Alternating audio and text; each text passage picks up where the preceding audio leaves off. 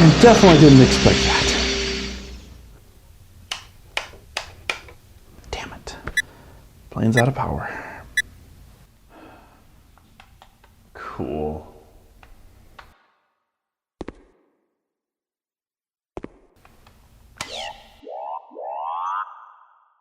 Okay, hold it. Who are you? Sir, it's me, your companion through this whole voyage, Sarah. No, you can't be my AI. She's a 15 teraquad hologram. You aren't. I'm not 100% on how it happened, but that plane back there doesn't have any power, and your AI is standing right in front of you.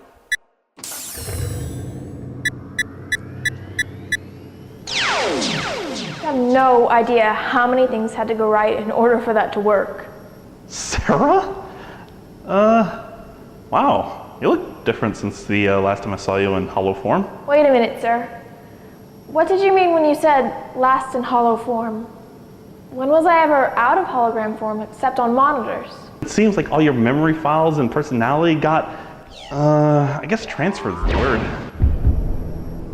I assume you're referring to the woman who just fired a pistol and is now pointing said pistol at us. You obviously aren't Sarah, so who are you really? My name is Commander Sarah Stormer, Time-Space Dimension Enforcement, call sign Orion 3, and you, sir, are now my prisoner. Great, here we go again. Wait, you've dealt with these characters before? No, I just mean now they're gonna freeze frame this image and slap to be continued over the bottom.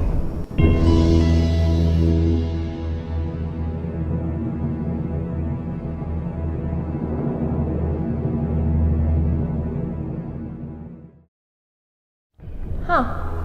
That was interesting. Time-space dimension enforcement. I can honestly say I've never heard that one before. That's because I'm not from your dimension. Every dimension discovers time travel eventually, and once they do, they also discover dimension shifting.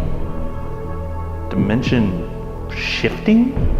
What does that have to do with time travel? It's what you call subtime, Captain. Orion, please indulge the captain here. What you call subtime is actually a subdimension of time and space. While passage through time is easy, this realm is also the key to dimension shifting. We are the guardians of the dimensions. Guardians? Why would this realm need guardians? To prevent all dimensions from doing what yours will eventually attempt. Come again? So dense. Listen up, Captain. If your experiment were to succeed, your military would have attempted to use it as a weapon of some sort. Almost all dimensions attempt this. Ours decided that the best way to prevent our dimension from becoming endangered would be to take complete and total control of subtime. How would you prevent other dimensions from discovering subtime? Wait a minute. You didn't. You couldn't have. Sarah, what is it? Captain, these bozers are the reason behind our little trip through time. They planted the virus. That ship. The one that attacked me after I reviewed Supermarket Sweep. That was you! That was Orion 3! Bingo. Now, Captain, I would hate to delay this, but I believe you have a show to continue reviewing. Do you not? I'm not doing anything you command me to do. I would advise a change of heart, Captain. Do it, sir. I'll figure something out. Right. Alrighty then, let's do it. Welcome back to The Price is Right. In the not-so-distant future, a time-traveling experiment known as the Tempest Project was undergoing its first live trial. Outfitted with temporal circuits and controls was an old Defender II class fighter, call sign Tempest 1. Just as the experiment was about to begin, something went wrong.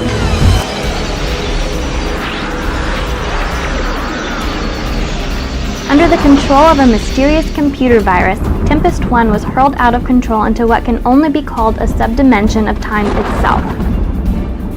On occasion, the plane will re-emerge into normal time, usually within the vicinity of a game show studio. And so, the game show reviewer, in an attempt to stave off insanity, reviews game show to game show, striving to regain control of the aircraft kept stranded in here, all the while hoping that the next leap will be the leap home.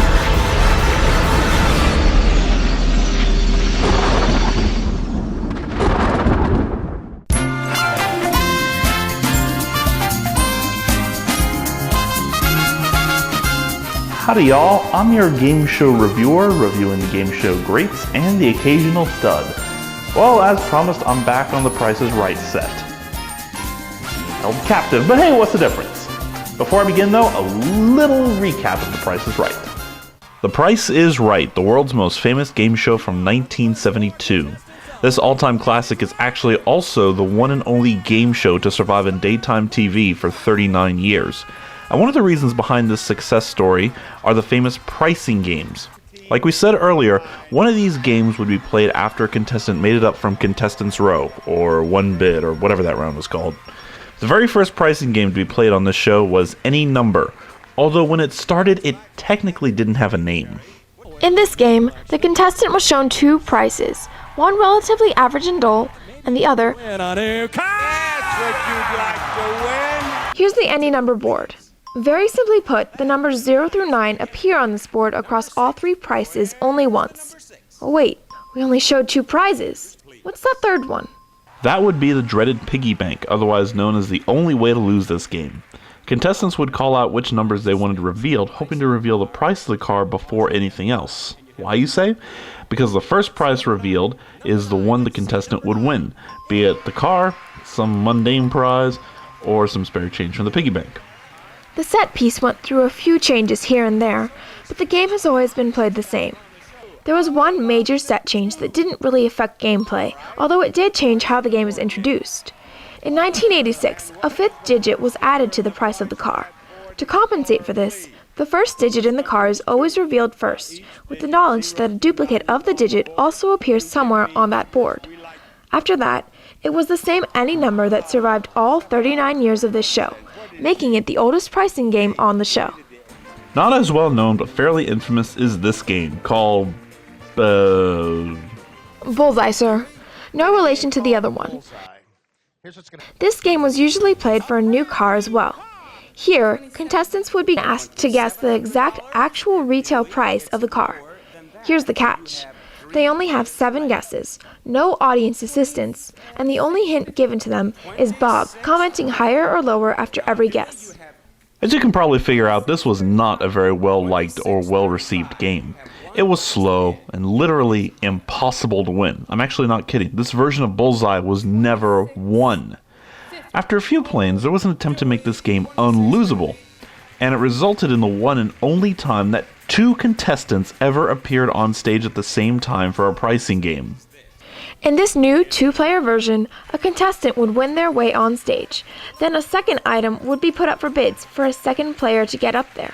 From behind showcase podiums, the contestants would go back and forth guessing prices until one of them got it exactly right. It was a bit more interesting, but still was very time-consuming.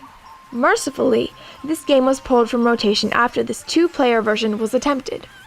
Now you might be wondering something. Maybe why these rules of getting a higher or lower hint after each guess sound familiar?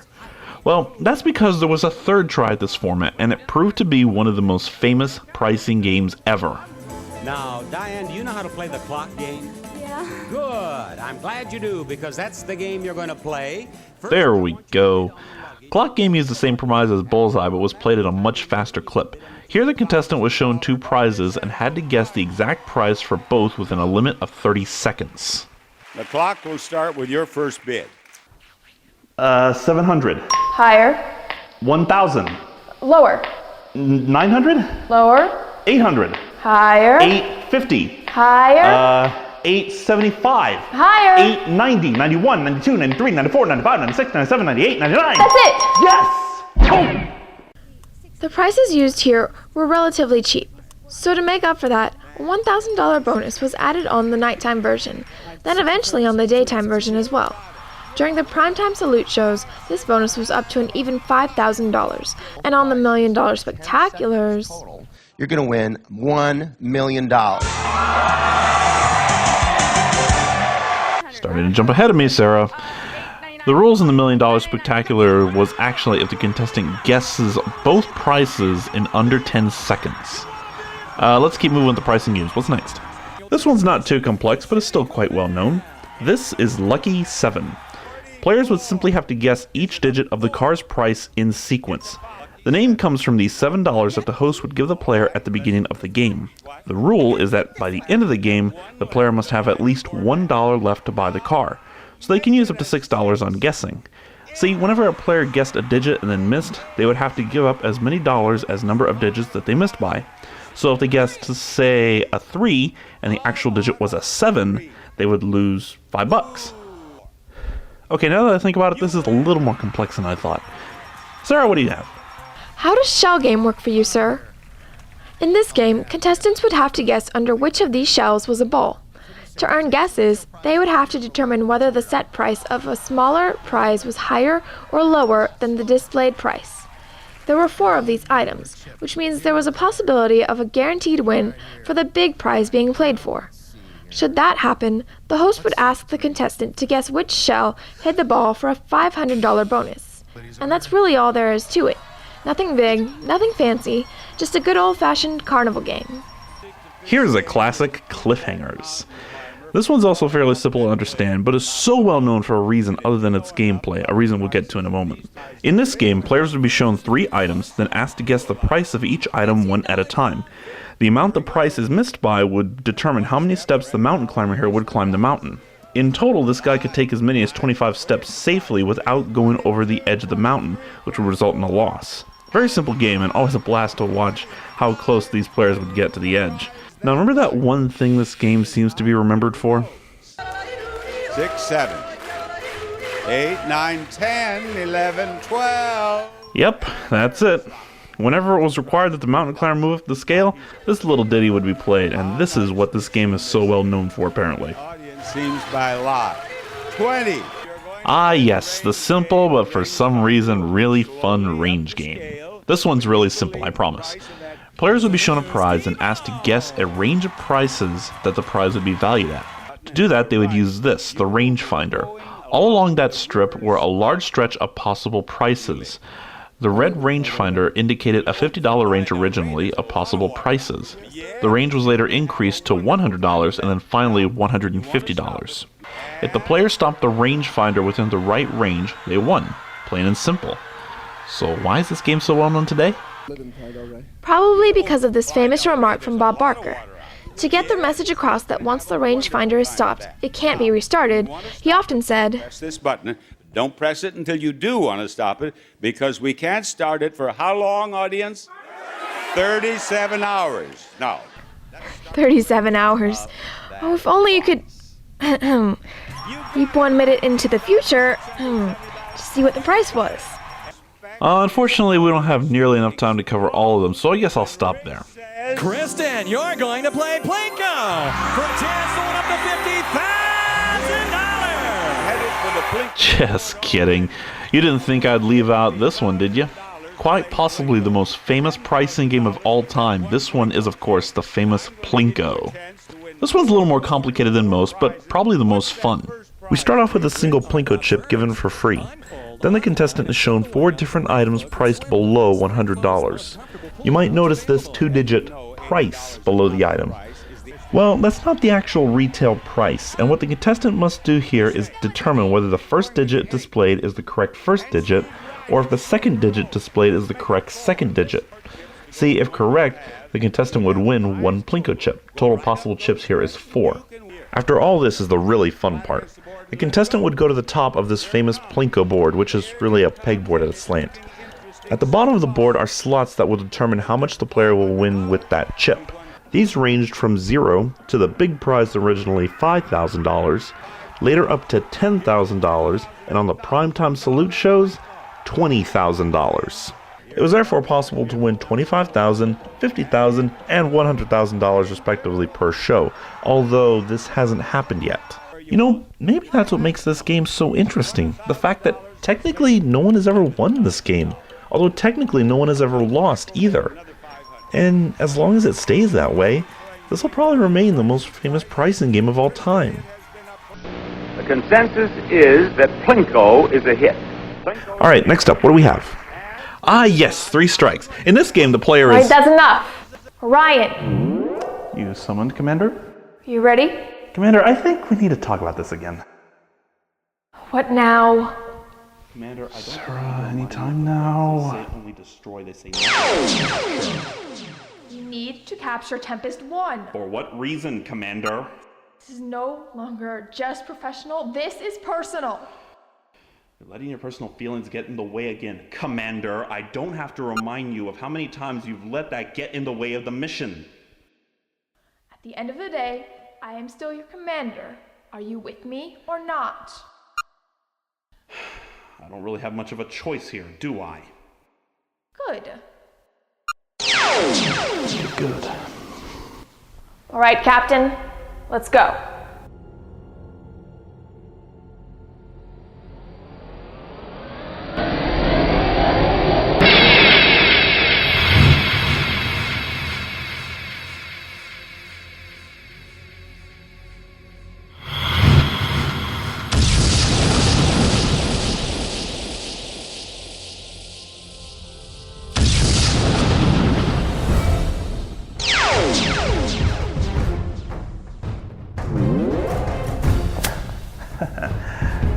See you, sometime? You will not get away!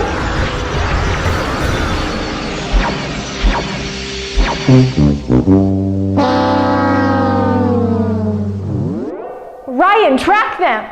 I can't. Although they couldn't have gotten far. Maybe a year either way. All right, get us back to the ship. We can't let them get away.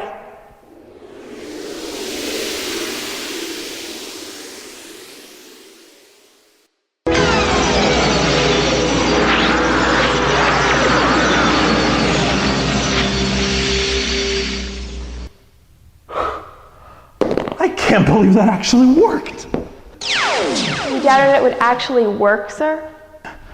Well, I had my doubts, but wow. By the way, good work remembering the comlink leaps with the plane. Well, we're stuck here for a few minutes. Maybe you can finish the review. Good point. It shouldn't take but a few minutes anyway.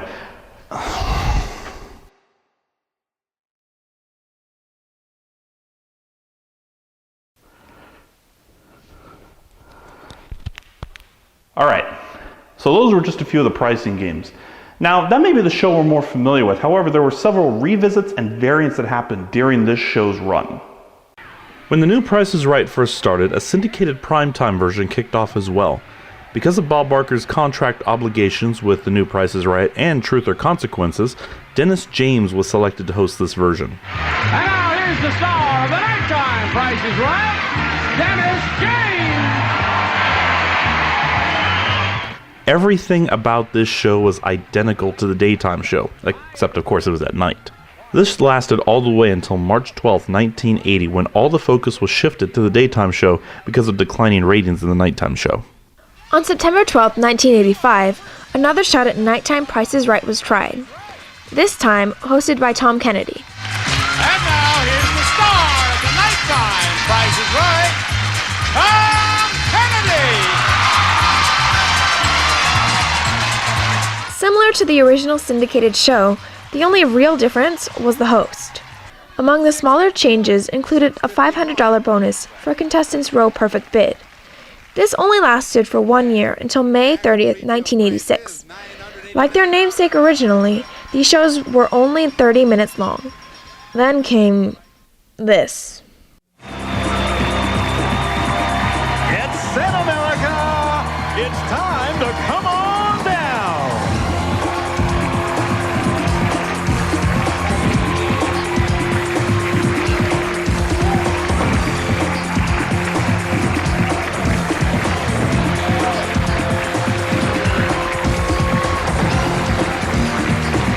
From Studio 33 in Hollywood, home of America's favorite games and the world's most fabulous prizes, it's the new Price is Right!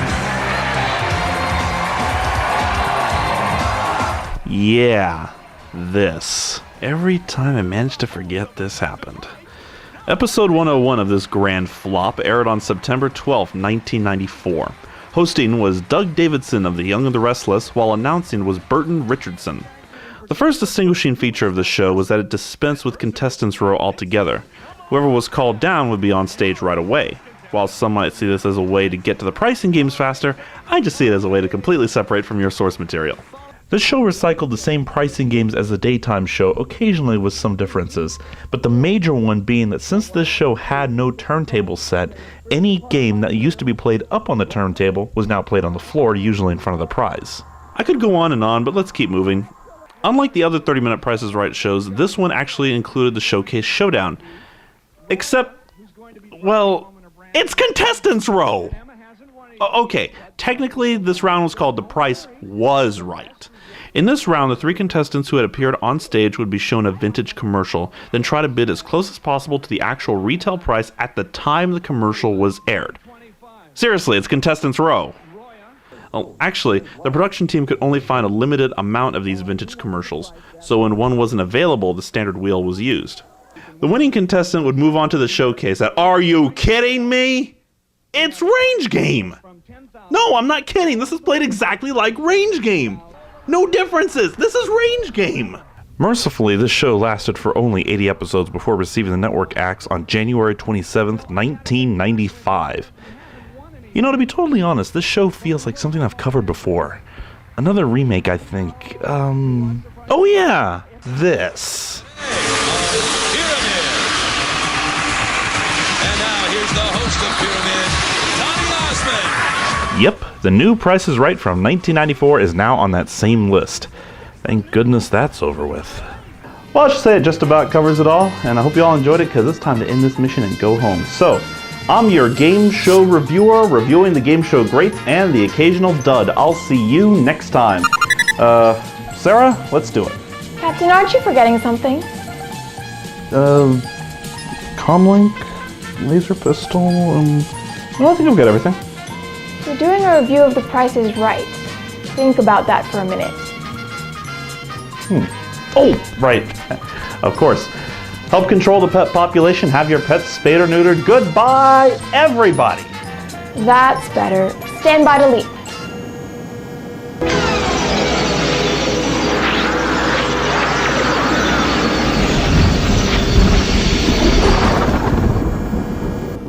Sometime. Never thought I'd be happy to see this place again. According to my estimates, to reach our home time, we have to stay in sub time for... That's interesting. What? Sarah? Hello, Sarah? Yes, sir. What's so interesting? Oh, I just realized that the engines were functional. I thought they were inoperable in sub time. Guess it was the virus. I guess so. Anyways, landing gears retracting. How much longer do we have until... Wait, sir. I'm detecting something on the radar scopes coming this way.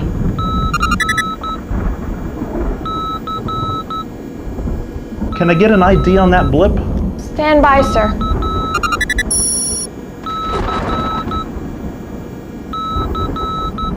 Orion 3? Are you kidding me? Inbound communication, sir. Do you want to take it? Sure, why not? I'll buy some time. This is the Time Space Dimension Enforcement Interceptor Orion 3 to Tempest 1. You have 1 minute to stand down and surrender. Your refusal will be unwise. Orion 3 over and out. Sarah, open a return channel. TSD Interceptor Orion 3. This is the Tempest Program Experimental Aircraft Tempest 1. Come and get me. Arrogant fool! Gotta admire their spirit, though. You shut up. Get the ship combat ready. Already done.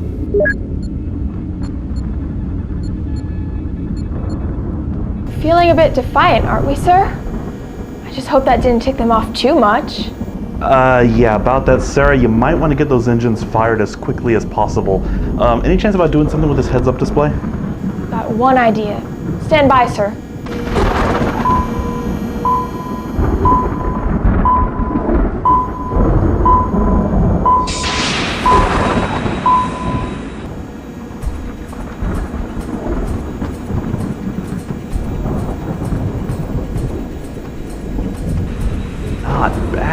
Sarah.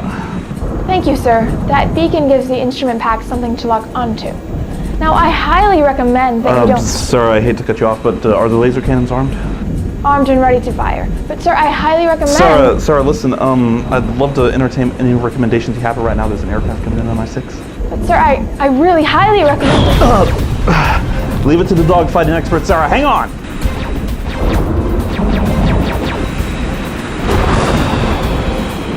Are you kidding me?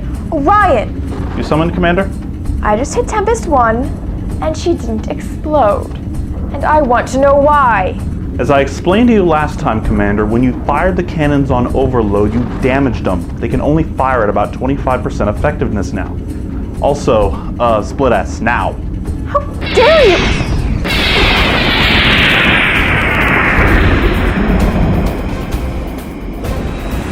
That was weird.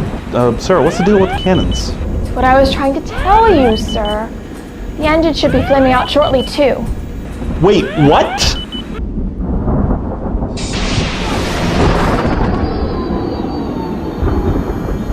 Sarah, talk to me. The fuel is at critical levels. We have maybe 3 or 4% fuel load left.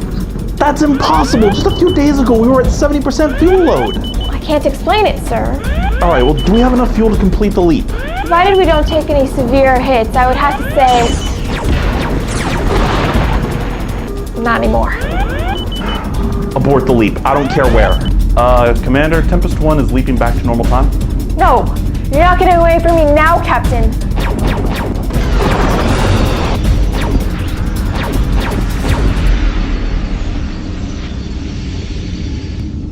Ryan, can you track them? Like I told you last time. No! This isn't over, Captain. Not by a long shot.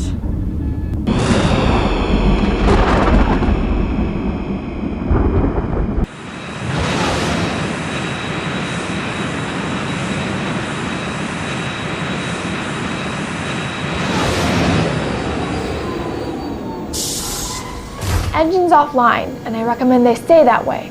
The solar collectors can power the time circuits. Exactly how much fuel are we down to? Let's just say it's enough to warm up the engines, take off, get a few feet above the ground, and then crash right back down onto said ground. Can the solar collectors alone power the time circuits all the way home? Probably. It'll take a good while to charge, though. I think you're forgetting the bigger problem, sir. Commander Stormer. Yes, sir. Unless we can find a way to counter her, we really are still stranded. Anyways, it'll take some time before we're ready to see if the time circuits have any life left in them. Why don't you have a look around where I brought us? Which is, where exactly?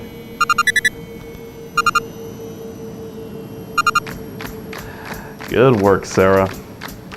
Kings, queens, jacks, and tens. All I can say is, here we go again.